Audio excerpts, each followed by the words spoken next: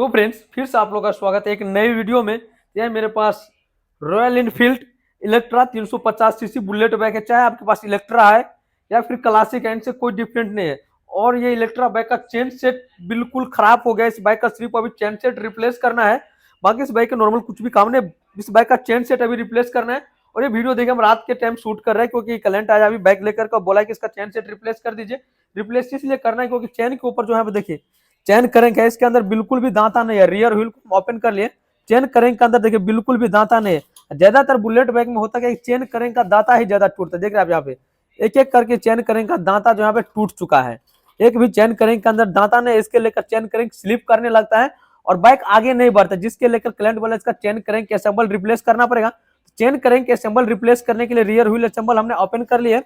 अब चेन करेंग को ओपन करेंगे, उसके साथ साथ बाइक का हमने यहाँ पे इंजन एल बाहर निकाल रहे। इंजन एल इसलिए बाहर निकाले हैं क्योंकि बाइक का ये आरएच कवर जो आर्मेचर कवर है इसको ओपन करना पड़ेगा, उसके बाद ही फ्रंट स्पोकेट को हम ओपन कर पाएंगे। तो आरएच कवर को ओपन करने के लिए बाइक से इंजन एल बाहर निकालना पड़ेगा एंड उसके बाद बाइक का एग्जॉस्ट साइलेंसर है इसको ओपन करना पड़ेगा। उसके बाद ही हम आरएच कवर को ओपन कर पाएंगे। इंजन एल बाहर निकाल ले, चलिए फटाफट से बाइक का हम आर्मेचर कवर को ओपन कर लेते आरएच कवर को।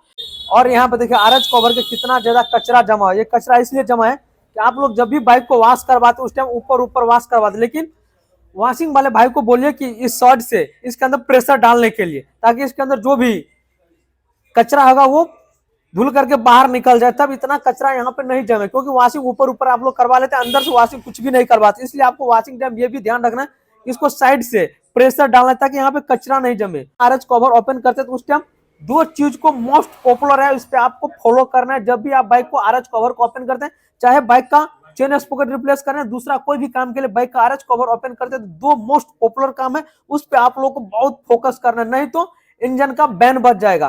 तो फ्रेंड्स अभी हम क्या करेंगे, सबसे पहले बाइक का स्पोकेट का जो नट है इसको लॉक किया गया है, इस लॉक को हम स्क्रू ड्राइवर की मदद से छेनी और हथौड़ी लेकर के इस लॉक को हम पहले सही करेंगे। नट को लॉक को सही किया, बोल्ट ओपन नहीं हो रहा हाथ से क्योंकि नट भी अब काफी टाइट है। उसके साथ साथ यहाँ बात है, देखिए इससे पहले भी मुझे लग रहा है कि चेन सेट चेंज हुआ है क्योंकि नट को छेनी हथौड़ी लेकर के ओपन किया गया है। काफी कम मैकेनिक भाई लोग जिसके पास इसका स्पेशल टूल्स आता है, टूल्स होगा, लेकिन हमारे वर्कशॉप पे जो भी काम होता है प्रोफेशनल तरीका से काम होता है, टूल्स के मदद से काम होता है। ये है एक स्पेशल टूल्स आता है जो कि स्पोकेट को नट को ओपन करने के लिए। देखिए इसके नट के अंदर प्रॉपर सेटिंग हो गया। अब इसी टूल्स की मदद से हम क्या करेंगे, इस नट को ओपन करेंगे। छेनी हथौड़ी का हम कोई भी नट ओपन करने के लिए यूज नहीं करते अपने वर्कशॉप पे, जो भी काम करते हैं टूल्स लेकर के ही काम करते हैं। अब इसके अंदर कोई मोटा एक्सल डाल करके इसको हम मूव करेंगे। बाइक को हमने फर्स्ट गियर में डाल दिया, टॉप गियर में। अब इसको देखिए ऐसे से मूव करेंगे, वाह देखिए कितना आसानी से बोल्ट ओपन हो गया, बिल्कुल इजी में नट ओपन हो गया। देखिए बिल्कुल आसानी से बोल्ट ओपन हो गया। अब चलिए इस स्पोकेट को यहाँ से बाहर निकाल लेते हैं आहिस्ते आहिस्ते। देखिए फ्रंट स्पोकेट हमारा ओपन हो गया। अब क्या करेंगे, सभी पार्ट को प्रॉपर हम डीजल से अच्छा से वॉश कर लेंगे। चलिए फटाफट से इसको हम वॉश करते हैं। फ्रेंड देखिए ये है मेरे पास रॉयल एनफील्ड इलेक्ट्रा बाइक का चेन क्रैंक असेंबल का है। चेन क्रैंक असेंबल का डब्बी है जो रॉयल एनफील्ड का जेन्युइन पार्ट है और जिसका प्राइस यहाँ पे देखिए प्राइस है 2200 रुपए प्राइस है, यानी कि 2200 रुपए इसका प्राइस है। वो 11वां महीना 2023 का प्राइस है। 2024 में सेम प्राइस है, अभी तक इसमें प्राइस में कोई भी चेंजेस नहीं हुआ है। और इसके अंदर क्या क्या मिल रहा है वो भी आपको दिखलाएंगे। एक आपको रियर चेन क्रैंक मिल रहा है, कुछ इस तरह का आपको रियर चेन क्रैंक मिलेगा, जिसमें आपको चेन क्रैंक के साथ साथ रियर वाला ब्रेक ड्रम असेंबल है।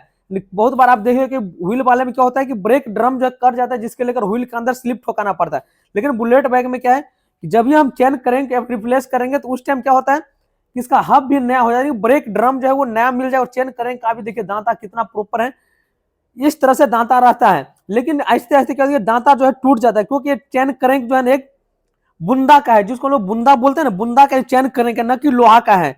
लोहा बुंदा मुक्त है, इसलिए इसका चेन क्रैंक का दांता ही टूटता है। अगर लोहा का रहता, जैसे कि स्प्लेंडर पैशन ग्लैमर में देखिए लोहा का चेन क्रैंक रहता है, लेकिन बुलेट बाइक में बुंदा का चेन क्रैंक रहता है, जो कि कुछ दिन के बाद दांता इसका यहीं से टूट जाता है, आधे आधे दांता टूट जाता है। कितना कलेंट है जिस बाइक में आधे आधे दांता टूटा है, आप लोग एक बार कमेंट करके जरूर बताइएगा।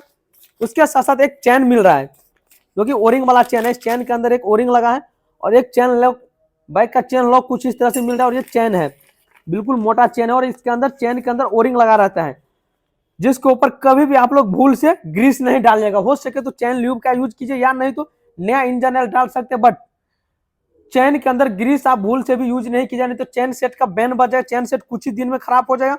जब आपके बाइक में चेन से कट कट का नॉइज आ रहा है उस टाइम आपको इस चेन लॉक को रिप्लेस कर देना। ये मैंने नहीं कि 5000 7000 किलोमीटर चला, जब ये चेन से कट कुट का नॉइज आ रहा है उस टाइम एक बार इस चेन लॉक को रिप्लेस कर दीजिए, साउंड 100% रिमूव हो जाएगा। उसके साथ साथ एक आपको फ्रंट स्पॉकेट मिल रहा है जो कि कुछ इस तरह का फ्रंट स्पॉकेट है, लेकिन उसके ऊपर लॉक पत्ती वगैरह कुछ नहीं मिल रहा है, नॉर्मल चेन करेंगे का फ्रंट स्पॉकेट है। तो अब ये सबसे पहले हम फ्रंट स्पॉकेट को सेटिंग करेंगे। फ्रेंड देखिए बाइक का फ्रंट स्पॉकेट है और यहाँ पे सभी पार्ट को हम प्रॉपर क्लीन कर लिया। चलिए फ्रंट स्पॉकेट को यहाँ पे सेटिंग कर लेते हैं। देखिए कुछ इस तरह से हम फ्रंट स्पॉकेट को सेटिंग कर लिए हैं। अब जस्ट उसके बाद क्या करना है, ये है आपका लॉक पत्ती। तो लॉक पत्ती को आपको आस्ते से यहाँ पे डाल देना है, यहाँ पे टाइट करेंगे। देखिए नट को हम प्रॉपर टाइट कर लिए। अब चलिए इस लॉक पत्ती को यहाँ पे हम बेंड कर देते हैं ताकि नट को लॉक करता है कि नट ओपन ना हो। तो फ्रेंड देखिए चेन को हमने परफेक्ट तरीका से यहाँ पे सेटिंग कर लिए है, चेन हमारा प्रॉपर सेटिंग हो गया। अब चलिए बाइक में हम रियर स्पॉकेट को सेटिंग करते हैं। तो सेटिंग करने के लिए इसके अंदर जो वायरिंग आता है उस वायरिंग को पुराना ही स्पॉकेट से बाहर निकालना पड़ेगा। ये है वायरिंग जो कि पुराना स्पॉकेट से हमने बाहर निकाला और वायरिंग का कंडीशन देखिए, इसका गोली वगैरह प्रॉपर टूट चुका है। तभी इसमें हम टैक्सपिन कंपनी का नया वायरिंग सेटिंग करेंगे। जो है 6005 इसका वायरिंग नंबर है, 6005 इस वायरिंग का नंबर है। अब इस वायरिंग के अंदर थोड़ा हम ग्रीस डालेंगे, ग्रीस डालो। वायरिंग का अंदर हम यहाँ पे ग्रीस डाल देते हैं।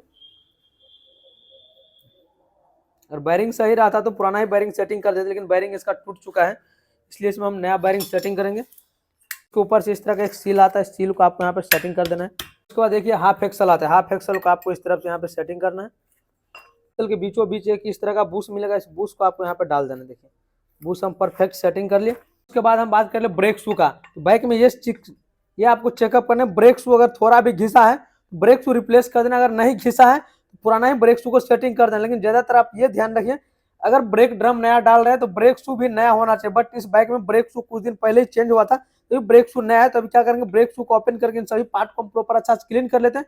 उसके बाद ब्रेक शू को क्लीन करके इसमें सेटिंग कर देंगे। तो फ्रेंड देखिए बाइक को चेन करेंगे को हमने परफेक्ट तरीका से सेटिंग कर लिया, प्रॉपर मूव भी कर रहा है और चेन लॉक को भी हमने यहाँ पे परफेक्ट सेटिंग कर लिए। जब भी आप चेन लॉक को सेटिंग करते ये चीज ध्यान रखिए, कट वाला जो कभी भी पीछे की तरफ होना, यानी कि बाइक जब आगे की तरफ मूव करेगा तो चेन लॉक जो है आगे की तरफ कट नहीं होना, नहीं तो आगे की तरफ दे देंगे तो लॉक ओपन हो जाएगा।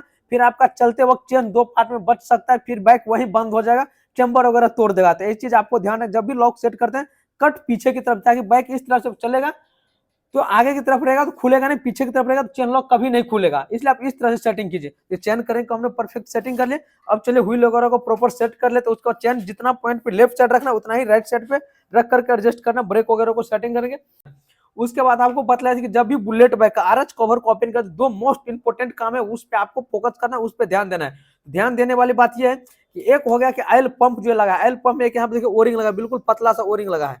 कई बार कहते हैं ओरिंग जो है क्लच कवर ओपन करते वक्त ये ओरिंग जो है नीचे गिर जाता है, हम लोग इस पे ध्यान नहीं देते, फिर से आरएच कवर को सेटिंग कर देते हैं, जिसके लेकर इंजन से टक टक टक का नॉइज आने लगता है। तो ओरिंग जो है बाहर नहीं गिरना चाहिए। अगर ओरिंग गिर गया है तो ओरिंग यहाँ पे थोड़ा ग्रीस डाल करके ओरिंग को यहाँ पे सेटिंग करके उसके बाद ही बाइक को आरएच कवर को सेटिंग कीजिए, यानी कि आर्मेचर कवर को सेटिंग कीजिए। उसके बाद दूसरा हम बात कर ले कि एक बूस्ट रहता है जो कि बाइक के गियर सॉफ्ट में लगा रहता है, यहाँ पे ये भी बूस्ट कई बार बाहर गिर जाता है। इन दोनों पार्ट पे आपको बहुत मोस्ट इंपोर्टेंट ध्यान देना जब भी आप बाइक का आरएच कवर ओपन करते हैं, चाहे रॉयल एनफील्ड क्लासिक है या फिर इलेक्ट्रा है, इन दोनों में दोनों पार्ट बाहर नहीं गिरना चाहिए। उसके साथ साथ बात कर ले तो चाहे आपके पास क्लासिक है या फिर इलेक्ट्रा BS3 है या फिर BS4 है या क्लासिक या इलेक्ट्रा BS6 का फर्स्ट मॉडल, उन सब में यही चेन करेंगे प्रॉपर फिट हो जाएगा। रियर वाले ड्रम में डिस है तो डिस के लिए दूसरा चेन करेंगे, लेकिन ड्रम है ड्रम में ये चेन करेंगे आपको परफेक्ट सेटिंग हो जाएगा। अब चलिए बाइक में हम यहाँ पर नया आरएच कवर का पैकिंग डालते हैं।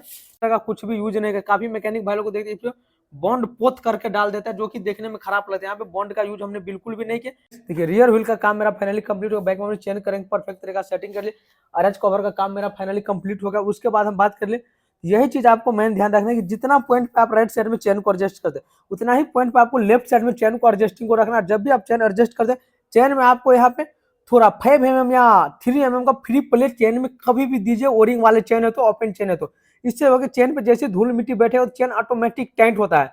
उस टाइम चेन में जो फ्री प्ले रहेगा वो टाइट होने के बाद वो एडजस्ट मेंटेन कर लेगा, जिससे आपके चेन सेट का लॉन्ग लाइफ बढ़ जाएगा। और देखिए व्हील हमारा अभी प्रॉपर स्मूथनेस वर्क कर रहा है। आप देख लिए चेन को कभी भी आप प्रॉपर एडजस्ट किया तो व्हील प्रॉपर स्मूथनेस वर्क करेगा। अगर चेन ज्यादा टाइट है तो व्हील आपको जाम मूव करेगा, उसके साथ बाइक ड्राइव करने में भी काफी प्रॉब्लम होगा। उसके बाद हमने ब्रेक वगैरह परफेक्ट तरीका से एडजस्ट कर लिया है। अगर आपको बाइक की रिलेटिव कोई प्रॉब्लम है तो आप हमसे कमेंट बॉक्स में पूछ सकते हैं। तब तक के लिए इतना ही, मिलते हैं फिर से हम आप लोगों के साथ नेक्स्ट वीडियो में। Thanks for watching.